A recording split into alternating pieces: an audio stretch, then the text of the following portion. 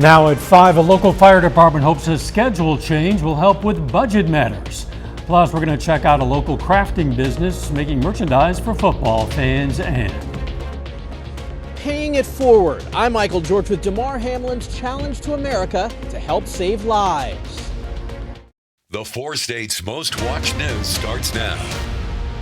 Local fire departments trying a new schedule strategy for the first time in decades.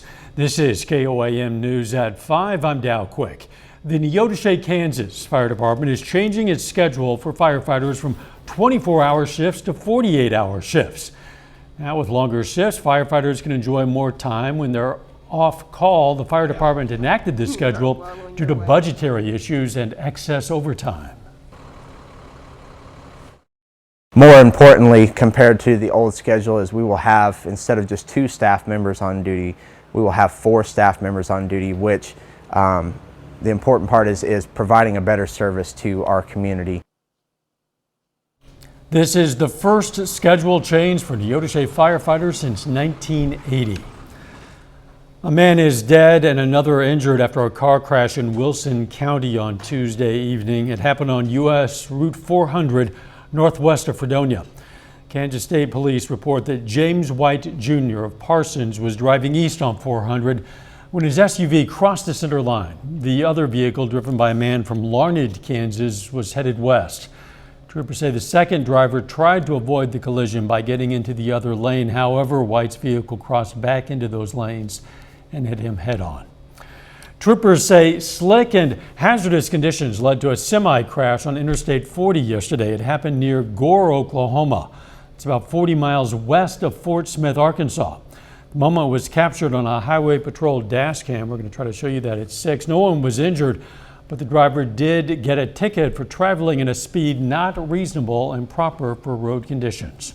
Let's check in with Chief Meteorologist Doug Heddy for a first look at the weather. Yeah, and of course they've had so much ice just to the south of us, Texas, Oklahoma, and then through Arkansas over the past couple days. We are still seeing the clouds across the region, but we are staying on the dry side. We are still watching this system, this ice storm to our south. A lot of this on the northern fringe is not reaching the ground. So I know this is popping up close into our viewing area, but it is not reaching the ground. So we should stay on the dry side tonight, but of course, this is going to be a continued problem down across the southern plains. For us, a little bit warmer for us today. Most of us are sitting into lower 30s right now, which is better than what it's been. We're going to drop back into the 20s, eventually down to about 24 degrees for us tonight.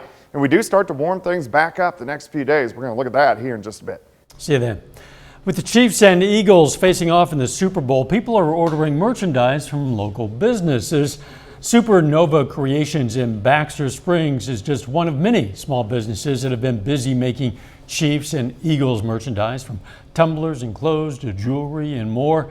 Jessica Moore is busy with her online sales at small booths in local shops. Moore says Friday is the last day to order merchandise if you want it by the Super Bowl. President Biden's personal attorney says the FBI searched the president's vacation home today without finding any classified documents. Agents did remove some handwritten notes and other materials relating to the president's time as vice president for review.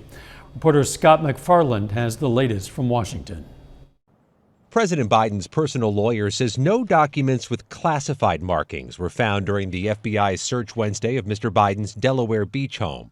The president's lawyer, Bob Bauer, issued a statement saying the search was conducted with the coordination and cooperation of Mr. Biden's attorneys and lasted more than 3 hours. The statement says, quote, consistent with the process in Wilmington, the DOJ took for further review some materials and handwritten notes that appear to relate to his time as vice president. The president's been fully cooperative, and he's directed his team to be fully cooperative. And that's because he believes in the independence of the Justice Department. In January, investigators found documents with classified markings and retrieved handwritten notes at the president's Wilmington, Delaware residence. On Tuesday, it was revealed that in November, the FBI also searched Mr. Biden's former D.C. office at the Penn Biden Center, where a number of documents were discovered. The issue of how the nation's highest-ranking officials handle sensitive documents intensified last month when several records marked classified were found at the home of former Vice President Mike Pence in Indiana. Pence had previously assured CBS News he had been more thorough upon leaving the White House. Our staff reviewed all of the materials in our office and in our residence to ensure that there were no classified materials that left the White House or remained in our possession. And meanwhile, a special counsel investigation continues into the retention of roughly 300 documents with classified markings by former President Donald Trump at his Florida estate. Scott McFarland, CBS News, Washington. Special counsel Robert Hur is handling the Biden documents probe. Hur, a former top federal investigator in Baltimore, officially began his work on that case on Wednesday. Family and friends of Tyree Nichols paid their final respects in Memphis today. Nichols died on January 10th after a beating by Memphis police, which was caught on video. 5 officers are now facing charges. Among those in attendance today were Vice President Kamala Harris and relatives of Breonna Taylor and George Floyd.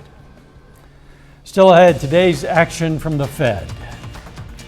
The Federal Reserve is boosting interest rates again. I'm Dina Demetrius, and I'll tell you what effect it could have on the economy and inflation.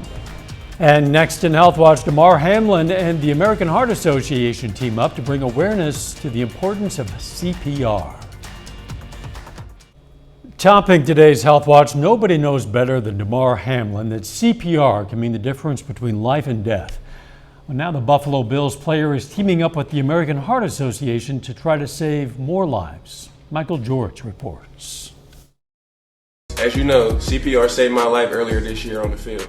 The entire country watched as crews resuscitated Damar Hamlin after his sudden cardiac arrest. And CPR could easily save your life or someone you love. That's why number 3 says he's partnering with the American Heart Association, kicking off the Damar Hamlin 3 for Heart Challenge. And put your other hand on top of the first.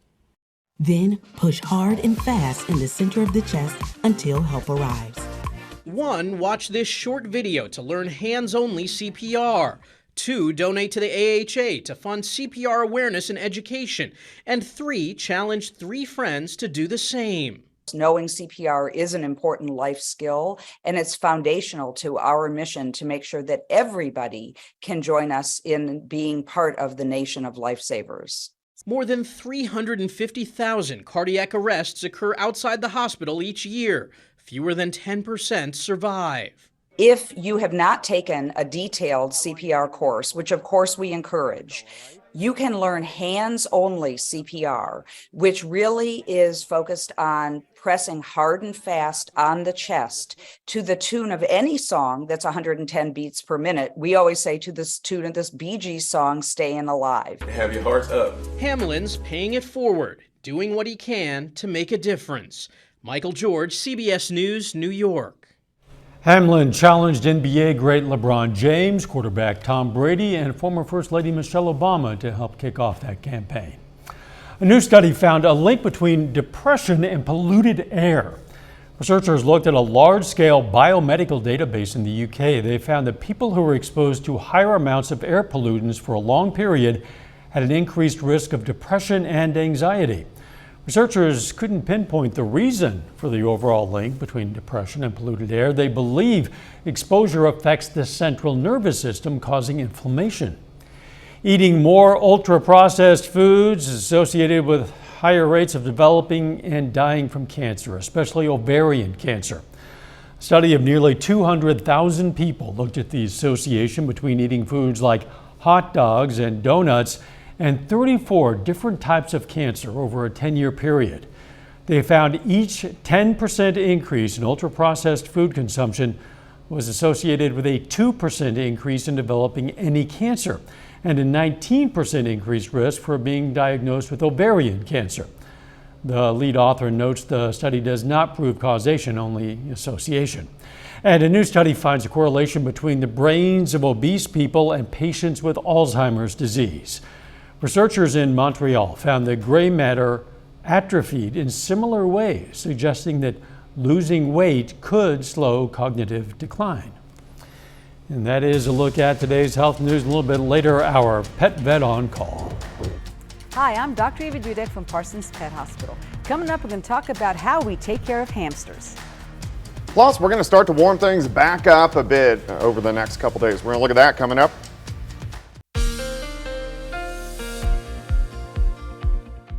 Well, it still turned out to be a cloudy and cold day for us today, but warmer than what we have seen over the past couple days. So we are heading in the right direction, but the clouds are going to stick around as we go through the evening hours. Nice shot to Indigo Sky Casino and Resort. We've had the ice on the parking lot the past couple days. Looks like it's pretty much gone, so that is good news. The areas that have received the sleet and snow over the past couple days, mainly along and south of I-44, are starting to melt off. But it's still cold, 32 in Nevada, 31 in Neosho. Miami is sitting at 30. We have 31 in Parsons. We'll drop back into the 20s once again tonight. The Arctic air's finally starting to retreat. It's not as cold across the Central Plains as what we have seen over the past couple days. So that's good news. We are going to start to warm things back up over the next few days. Through the evening, slide back through the 20s, down to about 24 for an overnight low. A lot of clouds. You can't even see a little bit of snow popping up southern Missouri, northern Arkansas. This is not reaching the ground. We may get some echoes in our southern counties as we go through the evening hours, but we should stay dry. We're just going to stick with the clouds all night long. But look at this ice storm still ongoing, especially once you get down along the border of Oklahoma and Texas. Dallas has been just walloped over the past couple days, but this system is mainly going to slide east.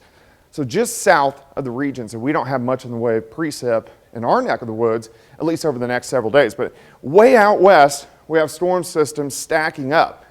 So that means by next week, our activity will start to increase once again. All right, let's step through time. We'll stop at midnight, mid to upper 20s, mostly cloudy skies. We're going to start the day with a lot of clouds here, 7 a.m. It's cold, low to mid 20s, and then partly sunny skies for us tomorrow. Look at this, near 40 by noon.